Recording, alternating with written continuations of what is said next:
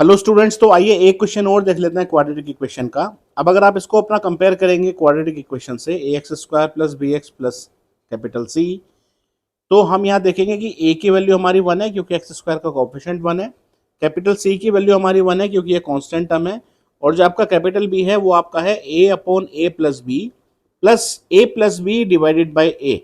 अब देखिए, इस तरह के क्वेश्चंस जब भी हों, जब आपके पास इस तरह की टर्म्स हों, तो आप एकदम से एलसीएम वगैरह लेके उसको सोल्व करने की कोशिश ना करें। सबसे पहले आप बिल्कुल बेसिक तरीके से अगर इसको हम निकालें दराचार्य फॉर्मूला लगा के, तो हमारा होता है बी स्क्वायर माइनस 4ac।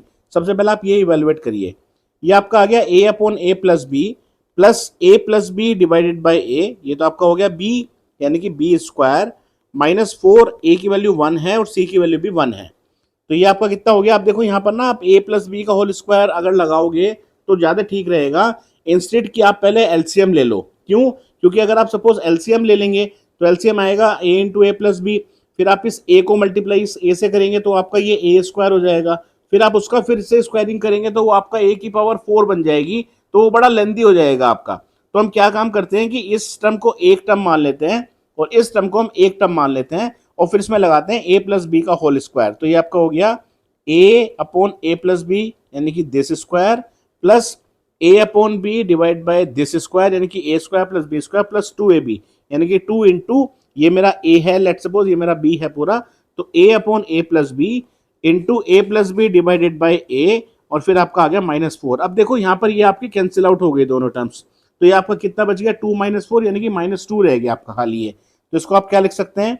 ए अपॉन ए प्लस बी का whole square plus A plus b divided by a का होल स्क्वायर, और ये आपका बचा खाली -2। और 2 के साथ देखिए मैं ये तो लिख ही सकता हूँ ना, ए upon A plus B into a plus B upon ए।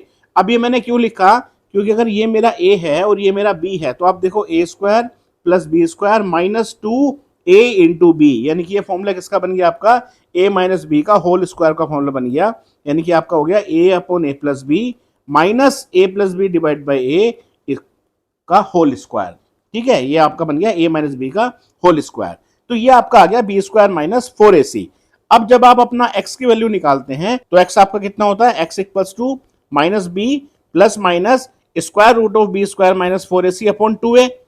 अब देखो बी स्क्वायर माइनस 4ac आपने निकाल रखा है और इसका होल स्क्वायर आया, तो यहां पर तो आप सबसे पहले b लिख दीजिए। b आपका कितना हो गया? a upon A plus B upon a, या तो आप अपना b लिख दीजिए, a upon A plus b divided by a, और आप यहां पर लिखिए plus minus square root of this. इसका अगर आप स्क्वायर रूट लेंगे तो इसका स्क्वायर रूट आपका कितना आ जाएगा? बस आपकी जो स्क्वायर वाली टर्म है ये हट जाएगी, तो खाली कितना बच जाएगा आपका? ये a upon A plus B और minus A plus b divided by a, क्योंकि स्क्वायर रूट हमने ले लिया उसका, और डिवाइड बाई 2a अगर आपने लिखा तो a की वैल्यू आपकी 1 है, तो खाली 2 बच गया क्योंकि ये 1 हो गया आपका। अब आप इसको सोल्व करिए, तो एक तो आपकी x की वैल्यू क्या हो गई? Minus a upon A plus B divide by a, और एक बीच में प्लस साइन के साथ आप लिखिए a upon A plus b minus A plus b divided by a divide by 2। एक तो आपकी ये वैल्यू आएगी, पहले इसको निकाल लेते हैं, फिर माइनस टर्म के साथ बाद में निकाल लेंगे। ठीक है, चलिए इसको सोल्व कर लेते हैं पहले। ये आपका कितना हो गया? Minus a upon A plus b minus A plus b divided by a plus A upon A plus B और minus A plus b divided by a divided by 2।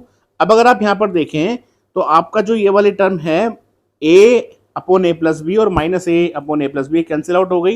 ये आपका ऊपर कितना बचा? -2 into a plus B divide by a, और एक नीचे आपका 2 है, 2 से 2 कैंसिल हो गया, एक आपका आ गया minus A plus b divided by a. अब आप बीच में माइनस साइन के साथ लीजिए, माइनस साइन के साथ अगर लेंगे तो कितना आएगा आपका?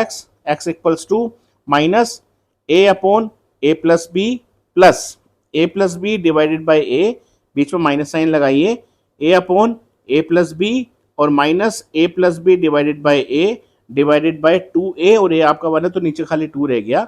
ये आपका आ गया minus a upon A plus b minus A plus b divided by a minus a upon A plus B, और माइनस माइनस आपका हो गया प्लस, और ये आपका हो गया a plus b divided by a divided by 2। यहाँ पर आपका क्या कैंसिल आउट हो रहा है? A plus B upon A और minus A plus B upon A, तो ये कितना बच गया? -2 into A upon A plus B divide by 2, यहाँ से 2 से 2 कैंसिल हो गया, ये आपका बच गया minus a upon A plus b. यानी कि यहाँ पर जो मेरी दो एक्स की वैल्यूज आ गई, एक तो आपकी वैल्यू हो गई minus a upon A plus B, और एक आपकी वैल्यू आ गई minus A plus B upon A. तो हमने बिल्कुल जो हमारा द्विचार्य फॉर्मूला है हमने उससे सोल्व किया। अभी देखिए इसको हम दूसरे तरीके से लेकर चलते हैं। अब देखिए आप इसको दोबारा लिखिए, X square plus A upon A plus B upon A into X plus 1 is equal to 0। अब आप इस x की मल्टीप्लाई कर दीजिए दोनों टर्म्स के साथ, पहले जो इंटरनल आपके टर्म्स हैं, तो आपका हो गया X square plus A upon A plus B into X plus A plus B upon A into X plus 1 is equal to 0। यहां पर आपने x कॉमन निकालिए, जब आपने x कॉमन निकाला तो कितना बचा, x प्लस ए अपॉन ए प्लस बी। अब यहां पर आप क्या कॉमन निकालें, अब आपको कुछ यहां कॉमन तो दिख नहीं रहा है, लेकिन अगर आप देखें यहां पर ये जो आपका 1 लिखा हुआ है, इस 1 को मैं ये नहीं लिख सकता क्या कि a upon A plus B into a plus B upon a, क्योंकि a से a कैंसिल हो गया, a प्लस बी से a प्लस बी कैंसिल हो गया, इसका मतलब ये मेरा 1 ही तो लिखा हुआ है। तो अगर हम यहां पर इस 1 की जगह हम लिख लें अपना, इस 1 की जगह अगर हम लिख लें अपना a upon A plus b plus into a plus B upon A is equal to 0, तो यहां से भी मेरा a plus B upon a common आ जाएगा, तो क्या बचेगा x प्लस, ये आपका कॉमन ही आ गया, तो यहां पर क्या बच गया a upon A plus B is equal to 0। एक आपका ये हो गया x प्लस ये आपका फैक्टर बन गया, यानी कि x प्लस ए अपॉन ए प्लस बी, और दूसरा आपका क्या बन गया x plus A plus B upon A is equal to 0। दोनों को आप 0 के इक्वल रखेंगे, तो एक तो x की वैल्यू आपका ये minus a upon A plus B, और एक आपकी x की वैल्यू हो गई minus A plus b divided by a. ठीक है, तो आप किसी तरीके से भी इसको कर सकते हैं, और क्वेश्चंस आप इसी तरीके से देखते रहिए। थैंक्स।